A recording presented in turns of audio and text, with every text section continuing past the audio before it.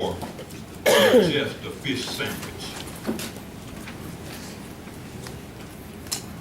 You ever been really hungry? Somebody trying to talk to you? Your mind kind of wanders away from what they're saying. You know, you'll be sitting in a meeting or something, or sitting in an organization or something, and stomach starts to start kind of growling and making noise. And the first thing you do is start looking around. And you try and make sure that you're not real close to somebody else. And if you're close to somebody else, you kind of lean over on the table a little bit, kind of hoping it'll suppress it and kind of quieten the sound down. And whatever they say in that meeting, guess what? You ain't heard nothing. They be telling you we finna pass out $1,000 bills to everybody at the table. All you heard was, you know, God's word is a word that never returns back void. And if we're looking at the book of Mark, and as I tried to get notes and materials together to try and study to make sure I had a pretty good grasp, because everything I teach, I try it out on me first. See, y'all ain't just getting this. I already tried it out on me. So this ain't for y'all, this is for me, and if it hits some of y'all, it's okay. But it's already got me. So if something I say today does not affect you, I'm sorry, it's already affected me. If I was trying to teach this, we all know about the gospel being the good news. We all know that Mark, Matthew, Luke are synoptic gospels. They all have things together. This is a thing we've already learned in Sunday school and Bible study, so I'm not going to go through Sunday school and Bible study again. But I'm going to bring some points up to you maybe you hadn't thought about before, and see if we can move along and see if we can teach this. The apostles had already gathered together in verse number 30. And the apostles had been with Jesus. They had seen him do stuff. And when you hang out with somebody, you ought to know what they're doing. And these are supposed to be disciples. Well, disciples means followers. Well, if I'm following somebody, I got to know who I'm following. And as I stop by, just in case there are some high school age people here, I'm going to kind of touch on them too. Be careful who you follow. See, everybody that talks to you, everybody that walks with you, don't have your best interest at heart. Amen. Don't ever forget, this ain't in my notes here, don't ever forget Mama, Daddy, Big Mama, my dear, Nana, all those folks that tell you stuff, they not nagging at you. They tell you stuff because they already been there. They tell you stuff because they are further down the road than you are right now, and you sitting there saying, why are you nagging me? Parents, don't ever let your children have their own room in your house. I'm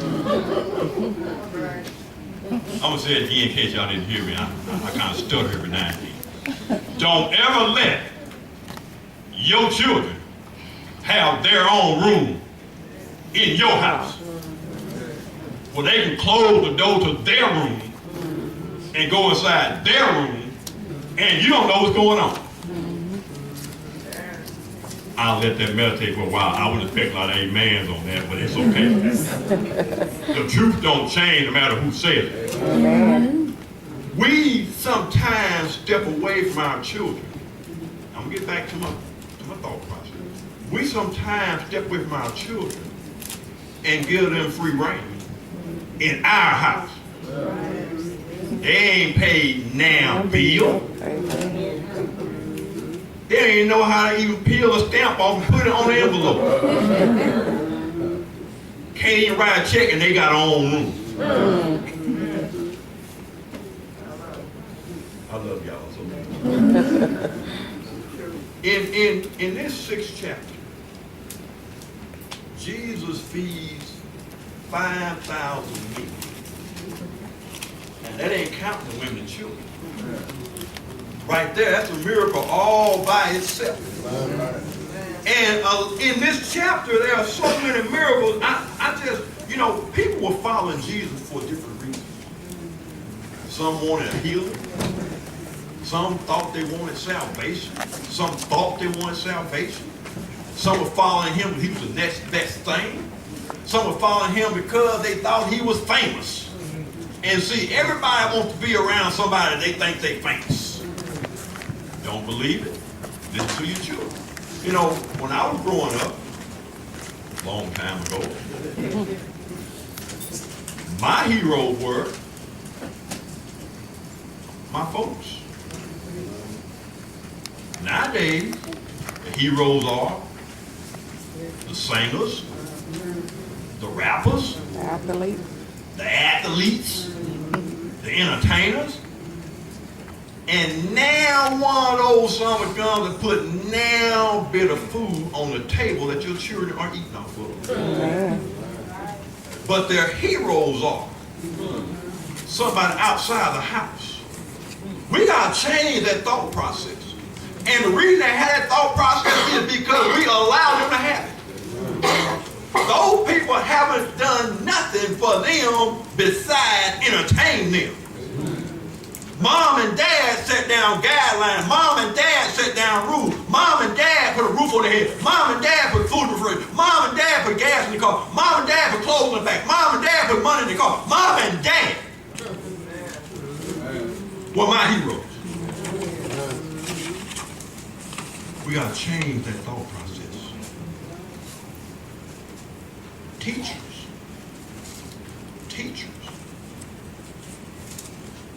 If a teacher was walking down the hall, we kind of move over to the side. Nowadays, you walk down the hall, them sons wide out something. You got to go around them. We got to change that concept. It doesn't start at the church. It starts at your front door. Whatever your address is, it starts there first. We got to stop allowing the schools to rear and raise our children. We got to stop allowing the schools to discipline our children. And then when they discipline them, we act a fool. Well, they got a Pookie up there now. What did Pookie do? But it's the school's fault. And Pookie acting a show-enough clown up there. And then you talk to the parents, you see exactly where they got it from.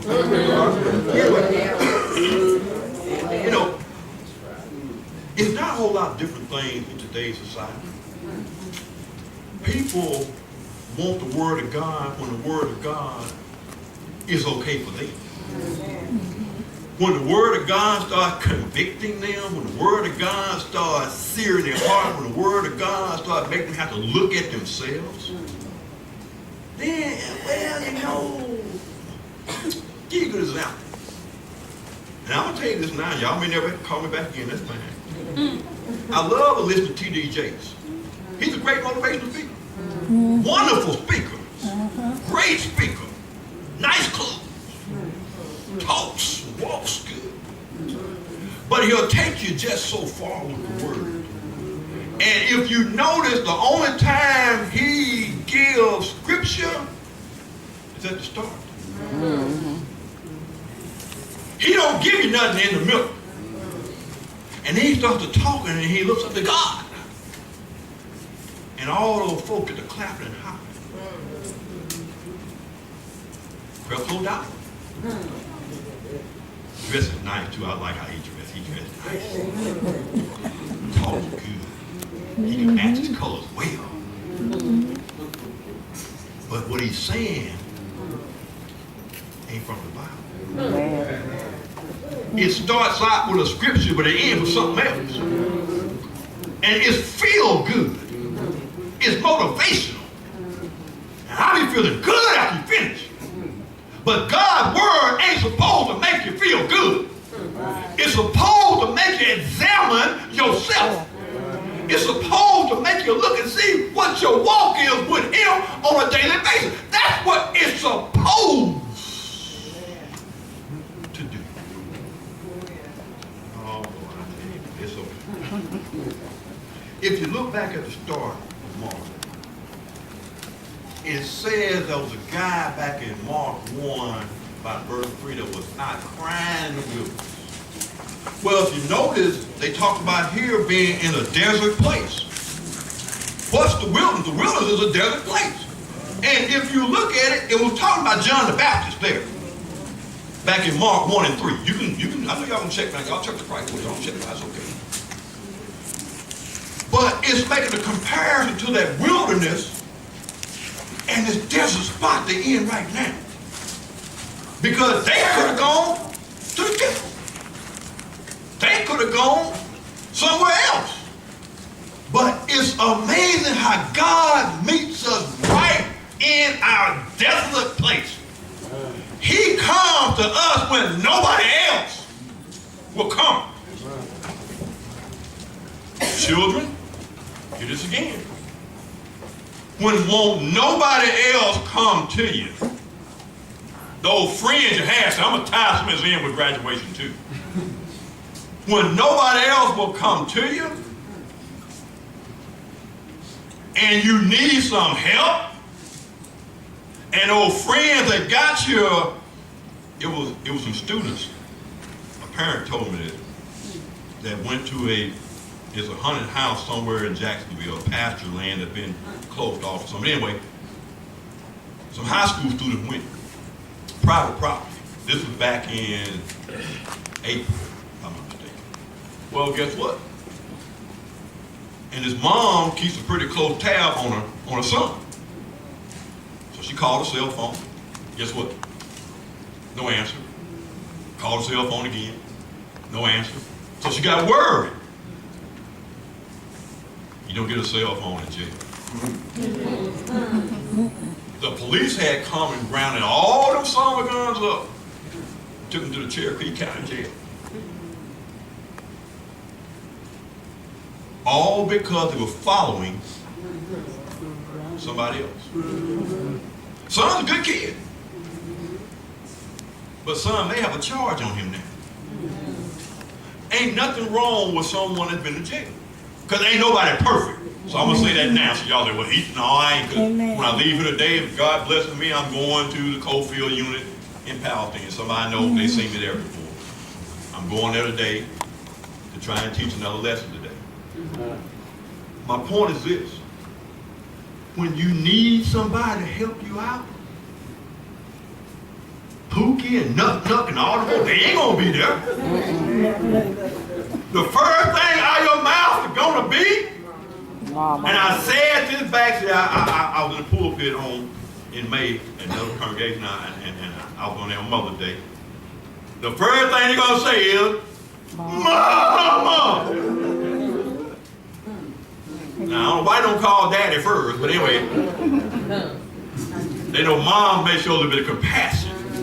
Dad may have some tough love, but Mom will show some compassion. You got to understand, God will come into your desolate place and meet you there. When you have no one else, when Mom and Daddy won't be there. God's word will be there. I watch a program called Lock Up Raw. All those guys reading their Bibles. That's all they got to do. When we go into the Coalfield unit, some of the guys know more scripture than I know. They couldn't quote it. Now, something happened along the way. They didn't live it. They can quote it and tell you where it is and will ask you questions, Bible questions. I tell them all the time, you ask me a Bible question, I'll give you a Bible answer.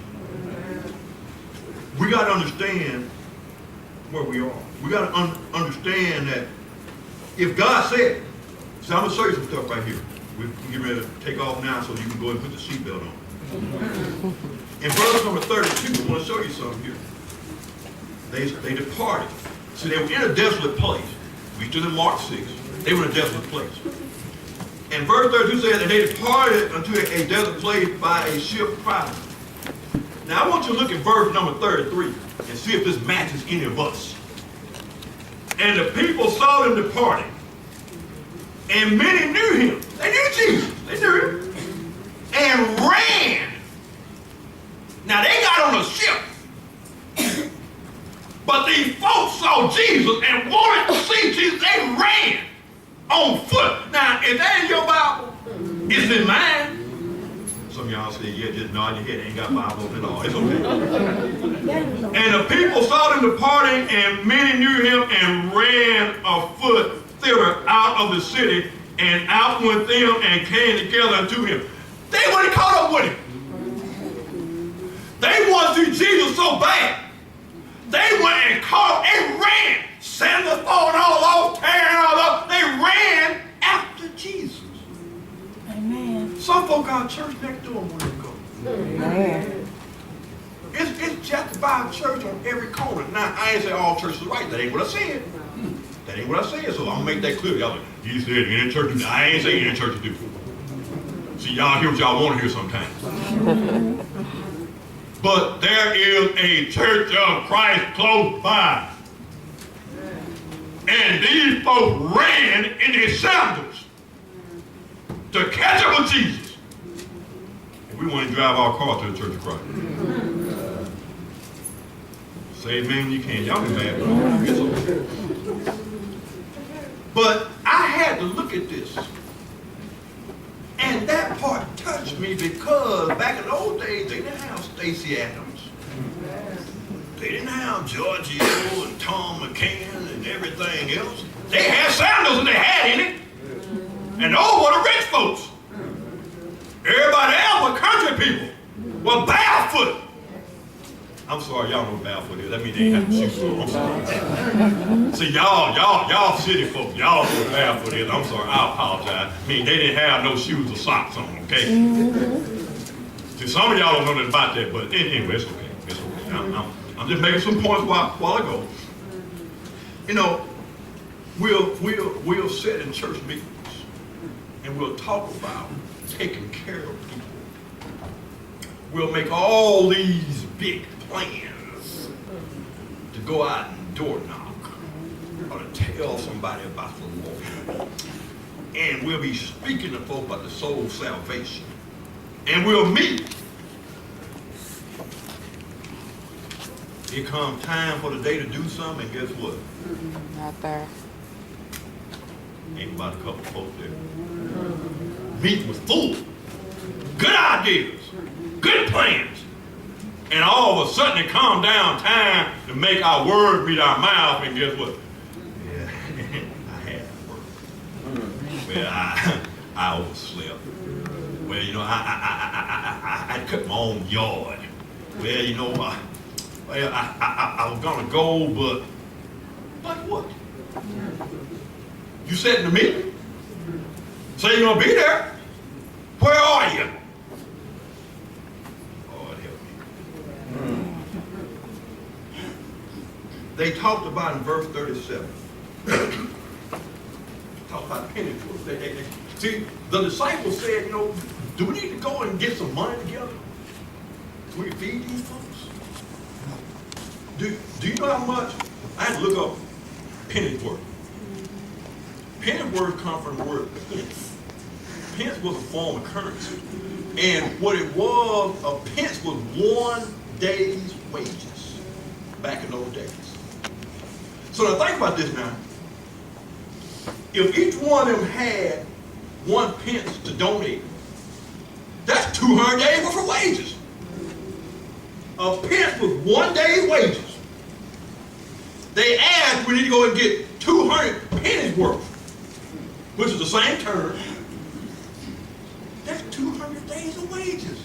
That's over half a year. On 365 days in a year, it's over half a year.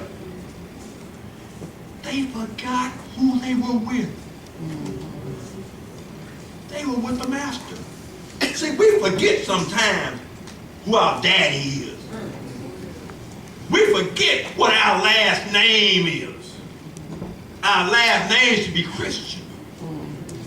Our father should be God. Should be. Now, if all this is true, and we walked and talked and everything else, and we got Jesus, God's son here, I'm worried about where the food coming from. Oh, I gotta show y'all. Okay. You know, if you looked at, and I really like it over in John 6 and 9, because it's actually the same story, but what it talks about is they found a lad in the audience. And that lad had 5 loaves of bread and 2 fish. See, the disciples went out. He said, go out and look. They went out and looked and found the food. And then they even said, in John 6 and 9, they said, but what is this among so many? We forget whose child we are. We forget how good God is. We forget what God can do in our life if we just turn it over to Him. And sometimes we refuse to turn over. They forgot Psalm, I believe it's 50 and 10, where it says, for every beast of the field, it's talking about God, and the forest is mine, but it also says that the cattle on 1,000 hills are His. If all this is His, 5 loaves of bread and 2 fish, we finna get this sandwich. We finna eat now, because we finna put it in the right hands. See, you put a wrench in my hand, I'm gonna mess it up. You put it in a mechanic's hand, they can fix it up. You put a hammer and nails in my hand, I'm gonna mess it up. You put it in a carpenter's hand, they can fix it up. You put a big pipe in my hand, I'm gonna mess it up. You put it in a plumber's hand, he gonna fix it up. You put your troubles in Tim Banks' hands, he gonna mess it up. You put your trouble in God's hands, he gonna fix it up for you. Amen. But we don't put our troubles in His hands. We hold on to it like a tug of war. Pray and let God be God. Yeah. And when we do that, the outcome is so much different. But what we do is, we decide we can do it all by ourselves until we mess it up. See, we. I didn't say y'all. I said we. See, we mess up stuff. And those disciples that you're talking about, see, they forgot some things. See, they forgot who they were with. They forgot that Jesus was the master teacher. They forgot that over in Mark 6, and about verse number, back up, Mark 5 and 34, there was a lady who wanted to touch him as going. Mm-hmm. In Mark 5 and 35 through 42, he raised Jairus' daughter. They forgot that there was a man who was unclean in Mark 5, 4 through 13, and he took the demon out of them and put the demon in the pit. They forgot that in Mark 4 and 35 through 40, he rebuked the wind. They forgot. There was a leper in Mark 1, 40 and 45 that he cleansed. They forgot. How can you forget? You walking along. But they forgot. And I'm going to tell you something about forgetting. See, children, when you forget stuff, and it comes down time for you to remember, see, when you forget stuff, means you have pushed it way back.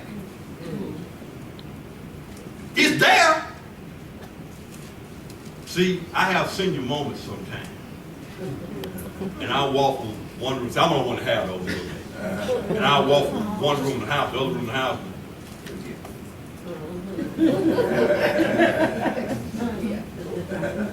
And I go back and hope I can retract my steps and remember what I came in that room for. I'm the only one that does that. It's okay. See, I can laugh at myself. Y'all ain't being truthful. That's okay. Just keep living and you'll get there.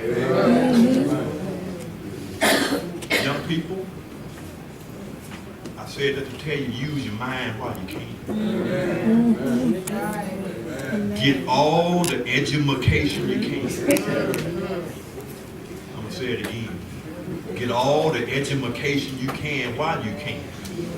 But once you get your education, you'll never be smarter than your mom and your dad.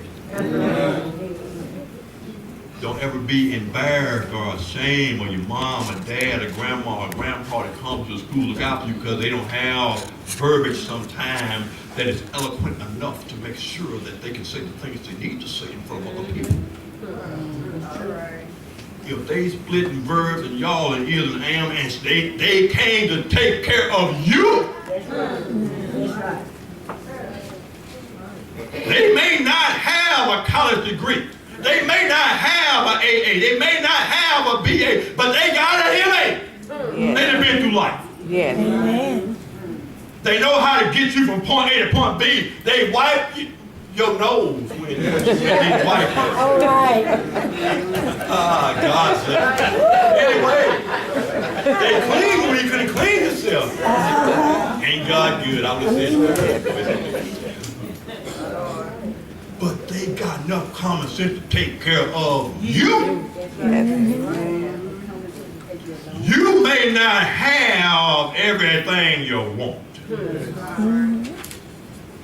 But you got your needs and not your greeds. Yes. You don't need $100 pair of Jordans to get you up in the air.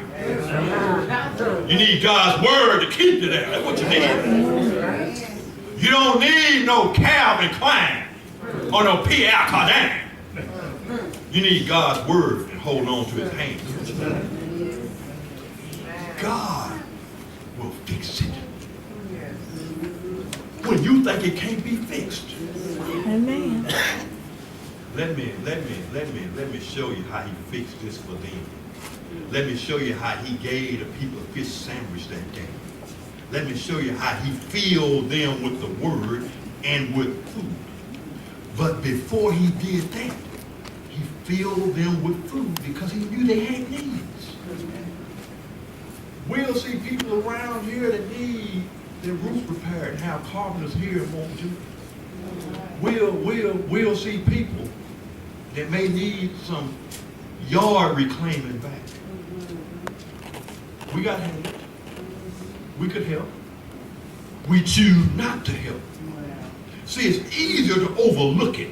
And then we wonder why people say, those folks over there will be heading off to church, to worship, stepping over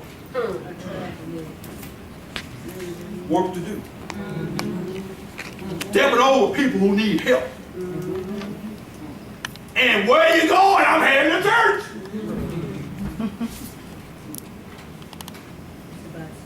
What are you doing going to church? See, a lot of us nowadays go to church because mama went to church. A lot of us go to church because we got a clean pair of socks on. And we're about to see our new socks. I got new socks on today too, in case y'all. And we get so tied up in us that we forget we're here for a purpose. We're here to do God's will. We're here to teach and try and save the lost. And just pass by work all day long. I love y'all. And I can tell y'all love me. Yeah. When Jesus said this, I told you put your fingers up a while ago. I'm getting ready to make my first preacher closing, okay? My first. He said in verse number 41, and when he had taken the 5 loaves and the 2 fishes and looked up to the heavens, he blessed it. Put your finger right there. It was just 5 loaves of bread and 2 fish until Jesus blessed it. And once he blessed it, my Lord, once he blessed it, once he put his hands on. And see, I ain't gonna get off that point right now. I'm hanging on to that one. He looked up and blessed him. He humbled himself. This is God's son. He ain't have to humble himself. And we so haughty. I didn't say y'all. I said we. And we should include me too. We so haughty that when we get something from God, that's a blessing. Yes.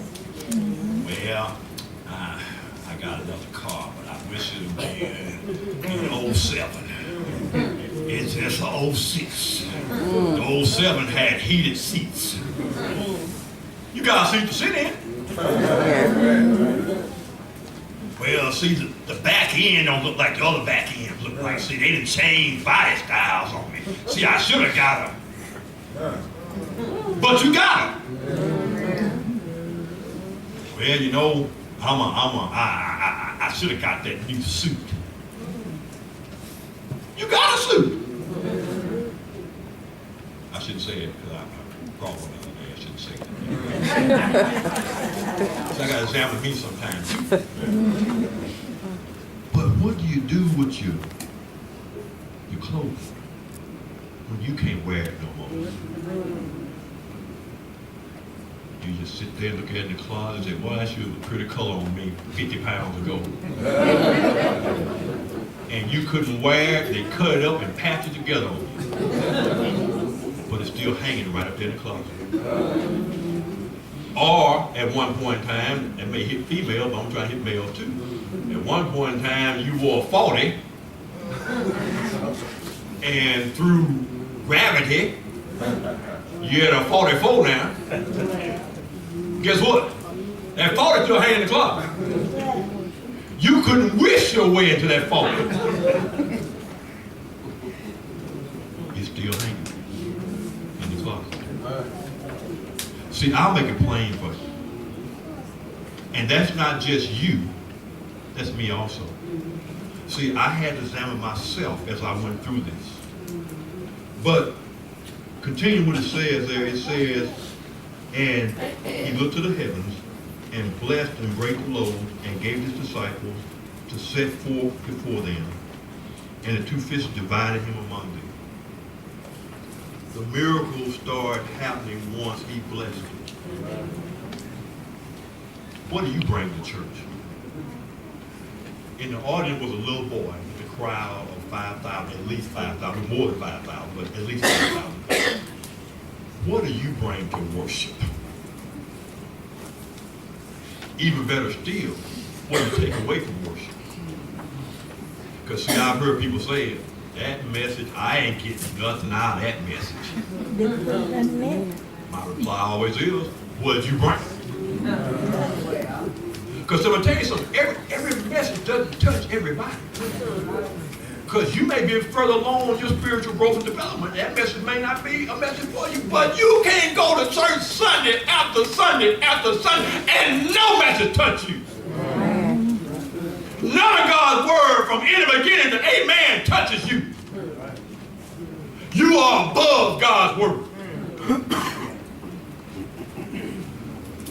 My Lord. Another miracle. In verse 43. See, God is not an author of confusion. But if you notice, it says, and he took up 12. See, he didn't want them to waste nothing. So we waste so much stuff.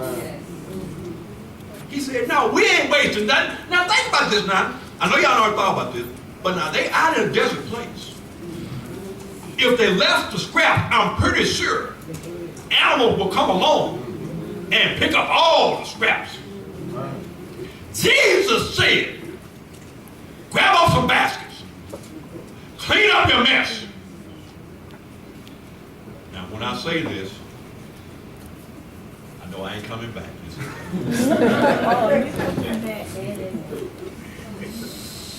Some of us will make a mess in the church. Won't clean it up and give it to somebody else.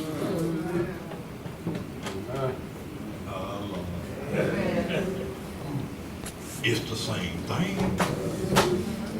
You make a mess.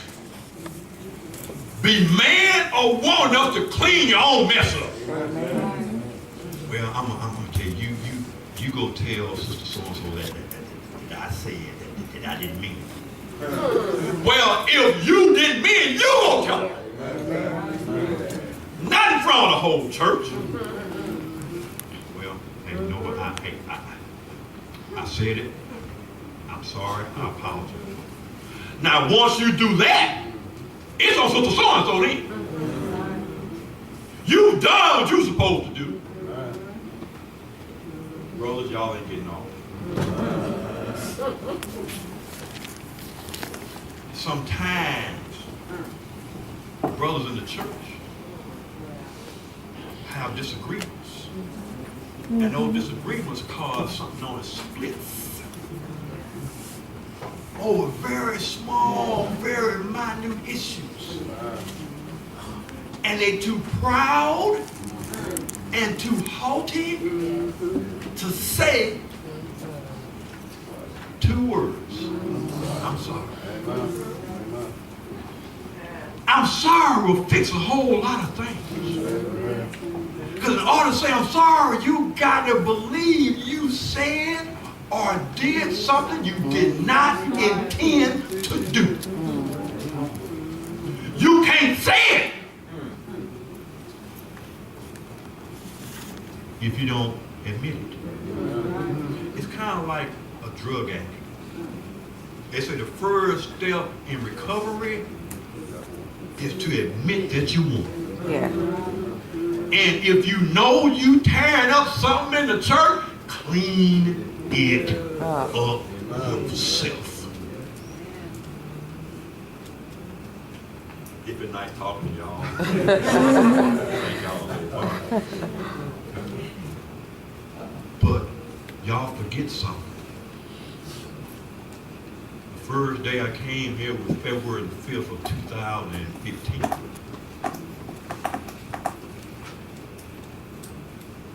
I know some things about y'all. Y'all know some things about me. There was a time I was coming 3 or 4 Sundays a month. I keep up with y'all. Y'all can't keep up with me, y'all know where I am. I keep up with y'all. I know where y'all are. Y'all right here. The church is starting to heal. Take the healing. See, if you wasn't in Sunday school this morning, you missed the point. And the people in Sunday school will know exactly what I'm saying. Amen. They were talking about some things that had transpired. And one of the people said, folks are starting to come back. They ain't coming back because of Brother Cottingham. They ain't coming back because of Brother Banks. They ain't coming back because of Brother Nobody. God will bring them back. Amen. If you doing what's right, God will fix it. Yeah. And it won't be no Band-Aid fix either. It'll be a fix that can't no man unfix. Amen. Don't stop praying. Don't stop worshiping. Don't stop believing. Y'all have a good mix of age groups here. This is a small congregation, but guess what? Y'all got small. Y'all got medium. Y'all got mature. I didn't say old. I said mature. And it takes all 3 of those for the church to continue to grow. Because at some point in time, the mature are going to leave.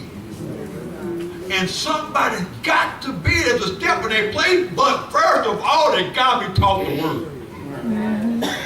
So when they step in, you don't have some tambourines over in the corner. You don't have a big drum and guitar over here in the corner. You don't have somebody act like Stevie Wonder over in the corner and tickling the keyboard. Ain't no wrong Stevie Wonder. Listen to him at home. It's okay. I got some Stevie Wonder. Hotter than July. I got some of it. It's okay. Song in the key of life. It's okay. I got some of it. It's okay. Now, but not in the church. Right. You show it to me in the Bible, and the first thing I say, well, David played. He wasn't in the church. Right. He did play. Somewhere it said tambourine in here somewhere.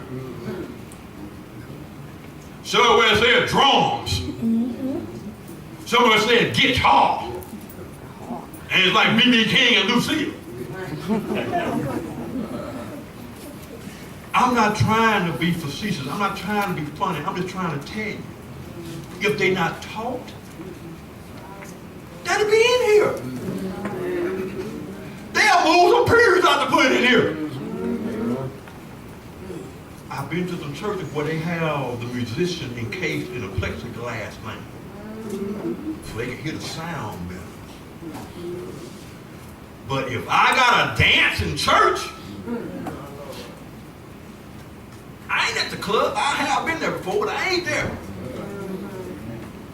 See, I didn't know the terminology. There was a time when about the last 15 minutes, I'm just about through, the last 15 minutes, lights will come on. You just see everybody's in the club. Now, all y'all don't know about this. It's okay. I'm going to tell you. If you ain't been there, this is what happens. Because I'm just in the room. You can sit there, come. You see, it's okay. I ain't seen nobody, okay, so it's all right. I'm talking about me. And the lights would come on, and the DJ would say, you ain't got to go home, but you got to get out of here. Some of y'all can say, man, but y'all don't talk about it. But that was back in the day. I ain't been to the club in a minute. And the first one y'all come and ask me when, y'all in trouble. It's been some years, okay? Past a decade. So we're gonna leave it at that. Some of y'all was there last week. Anyway, moving right along. You know, that day, God empowered his son.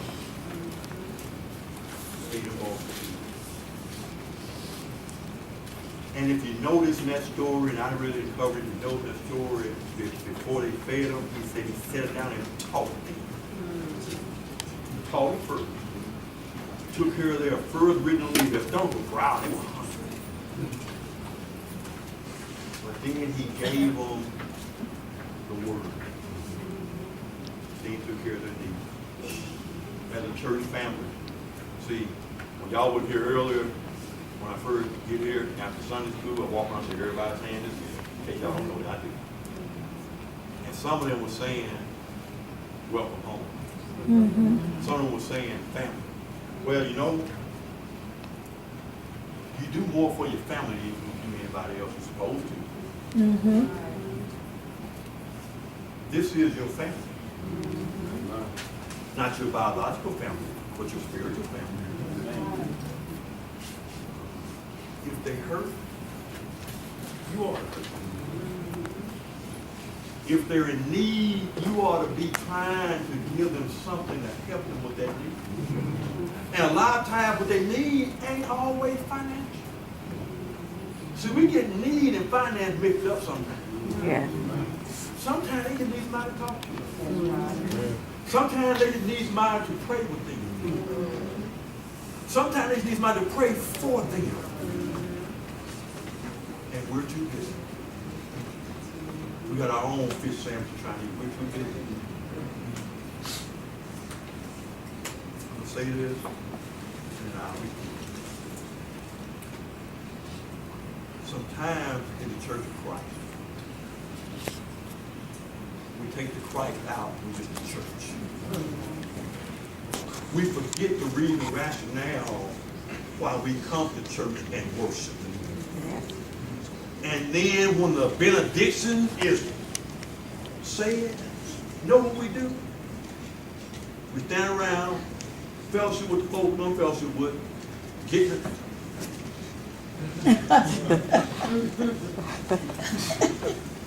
we'll go to our parts of the church, or our parts of the parking lot, talk to the folks we're going to talk to.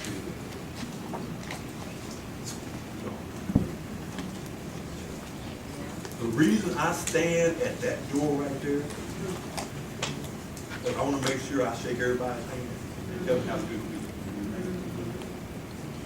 How many of y'all in this small size congregation every Sunday shake everybody's hand and tell them how to do it? You may need to start making it a practice, because you never know when they may not be here that next week because God has called them.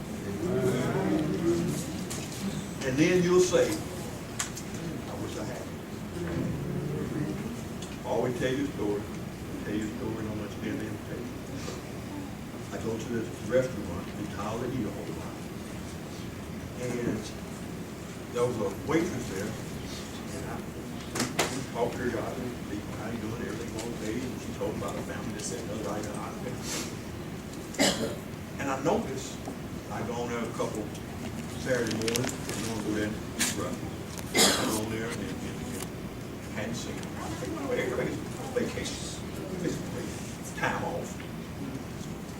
And I go on there about a month, about 3 weeks. And I finally decided to ask, where was she?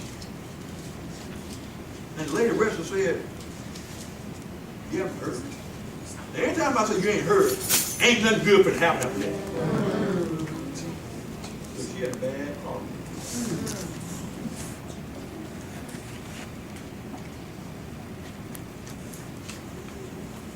She's still alive.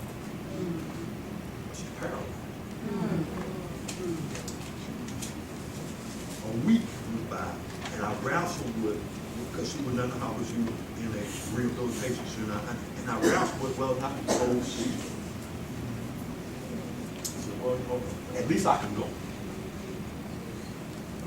Go, room 2. Got to the door, and I asked the lady for coming out, I said, it's decent, can I go in? She said, yeah. Why am I telling y'all this? I walked in, it was all cut up. Started talking.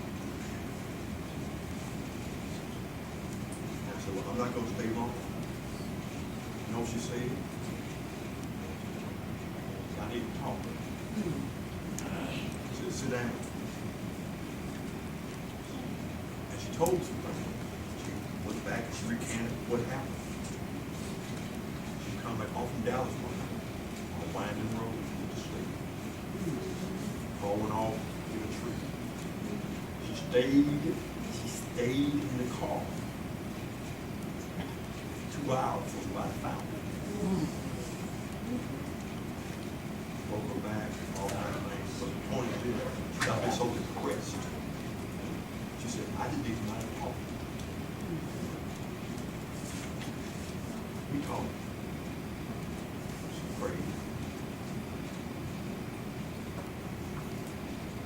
You never know how you affect them.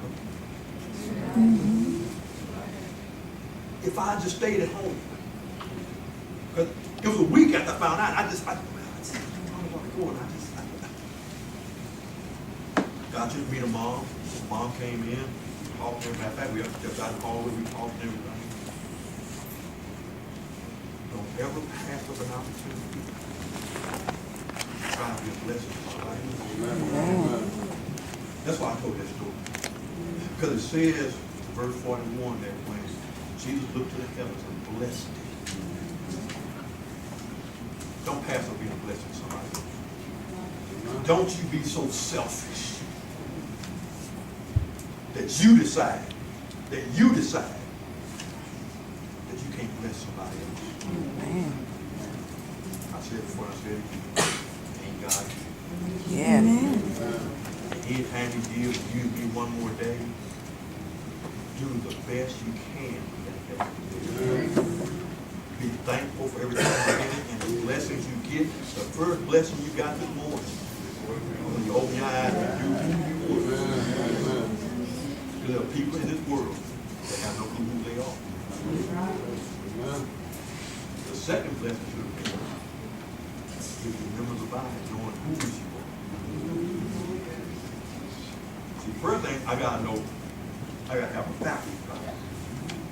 And then I got a faculty Bible, and I got a chance for that day. If you're here and you are not a member of the Church of Christ, where can you find your Bible? You've heard a word. Some of y'all say, well, I don't know if they touch me, it just make me, what's for me? Well, guess what? Maybe Brother Cottingham comes back next Sunday, may that word be for you. Maybe they just wasn't your day to be moved. But you heard a word, you believe what you heard. And once you do that, are you willing to repent? See, it's a process, a Bible process. And T.D. Jakes and Creflo Dollar and Joel Osteen, all them guys, they'll tell you everything. They'll take you everywhere but to the one. You gotta repent, you gotta confess. It doesn't stop there because you gotta go down to the one grave of baptism for remission of sins. Well, Brother Banks, I've done all that. I've gone through the plan of salvation, but you just don't know how about we. You don't know about that old bad supervisor at work. You don't know about my neighbors. I know God knows. You don't know the things that run through my head. You don't know how depressed I am. But I know one thing. Psalm 35, the B part of it says, weeping will endure for me. But come, joy.